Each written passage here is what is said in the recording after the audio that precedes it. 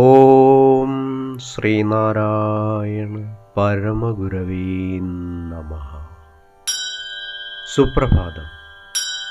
1088 ദിവസമായ ഇന്ന് 2024 മെയ് മാസം 7 തീയതി ചൊവ്വാഴ്ച.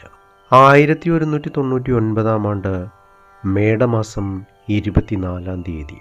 ഗുരുവചനങ്ങളിലൂടെ ജാതിഭേദം മതദ്വേഷം ഏതുമില്ലാതെ സർവരും സ്വാതന്ത്ര്യത്വേന വാഴുന്ന മാതൃകാസ്ഥാനമാണിത്.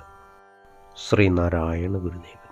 ശ്രീ മങ്ങാട് ബാലചന്ദ്രൻ തയ്യാറാക്കിയ ശ്രീനാരായണ ഗുരുവിൻ്റെ 366 മഹത്തായ ചിന്തകൾ എന്ന പുസ്തകത്തിൽ സർവതന്ത്ര സ്വതന്ത്രതയുടെ വെളിച്ചം എന്ന് വിവരിക്കുന്ന ഭാഗമാണ് ഇന്ന് അവതരിപ്പിക്കുന്നത്. ജാതിഭേദം മതദ്വേഷം ഏതുമില്ലാതെ സർവരും സ്വാതന്ത്ര്യത്വേന വാഴുന്ന മാതൃകാസ്ഥാനമാണിത്. 1888 ശിവരാത്രി നാൾ അർദ്ധരാത്രി നെയ്യാറിലെ ശങ്കരൻകുഴി എന്ന ആഴമേറിയ ഭാഗത്ത് ഗുരുദേവൻ മുങ്ങി. വളരെ നേരത്തിന് ശേഷം ഒരു ശിലാഖണ്ഡവുമായി പൊങ്ങി വന്നു. അരുവിപ്പുറത്തെ ഒരു പാറ പീഠമാക്കി ആ ശിലാഖണ്ഡത്തെ ശിവലിംഗമാക്കി സങ്കല്പിച്ച് പ്രതിഷ്ഠിച്ചു. അനന്തരം ക്ഷേത്രച്ചുവരുകളിൽ ഈ സന്ദേശം ആലേഖനം ചെയ്തു.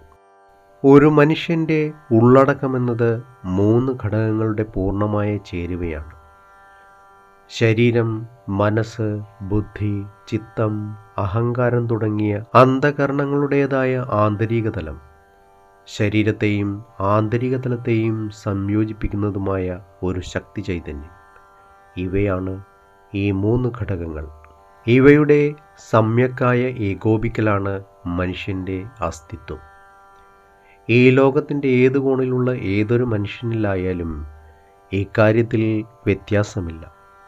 ഏതു മനുഷ്യനും ഉറങ്ങുന്നതും ഉണരുന്നതും ചിന്തിക്കുന്നതും ഓർമ്മിക്കുന്നതും സ്വപ്നം കാണുന്നതും അനുഭവിക്കുന്നതും ശ്വാസോച്ഛ്വാസം ചെയ്യുന്നതുമെല്ലാം ഒരേ ബാഹ്യാന്തര ഘടകങ്ങൾക്ക് വിധേയമായിട്ടാണ്. ഇതെല്ലാം മനുഷ്യൻ്റെ ആത്മഭാവം ഏകമാണെന്ന സനാതന സത്യത്തിൻ്റെ ദൃഷ്ടാന്തങ്ങളാണ്. അതിനാൽ മനുഷ്യർ തമ്മിൽ ആത്യന്തികമായി ഭേദങ്ങളിലല്ല. ജാതിമത ഭേദങ്ങളൊക്കെയും മനുഷ്യ സൃഷ്ടങ്ങളാണ്. ഇവയൊന്നും നിലനിൽക്കുന്നവയല്ല. പ്രപഞ്ച സൃഷ്ടാവായ ഈശ്വരൻ്റെ ദൃഷ്ടിയിൽ സമസ്ത മനുഷ്യരും സമന്മാരാണ്. സമസ്ത മനുഷ്യർക്കും ഈശ്വരനും സമനാണ്. ഒരാളും മറ്റൊരാളിൽ നിന്നും അന്തിമമായി ഭിന്നനായിരിക്കുന്നില്ല എന്ന സത്യബോധമുണ്ടായാൽ എല്ലാ മനുഷ്യ ഹൃദയങ്ങളിലും ഈശ്വരീയത നിറഞ്ഞു കവിയും.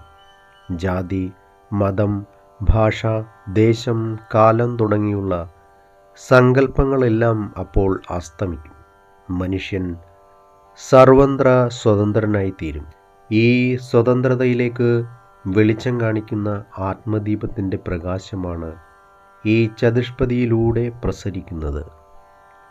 ഏവർക്കും നന്മ നിറഞ്ഞ ഒരു സുദിനം ആശംസിച്ചുകൊണ്ട് നിർത്തുന്നു. നന്ദി, നമസ്കാരം. ഗുരുധർമ്മം ജയിക്കട്ടെ. ശബ്ദം നൽകിയത് സുജീഷ് മഹേശ്വരി.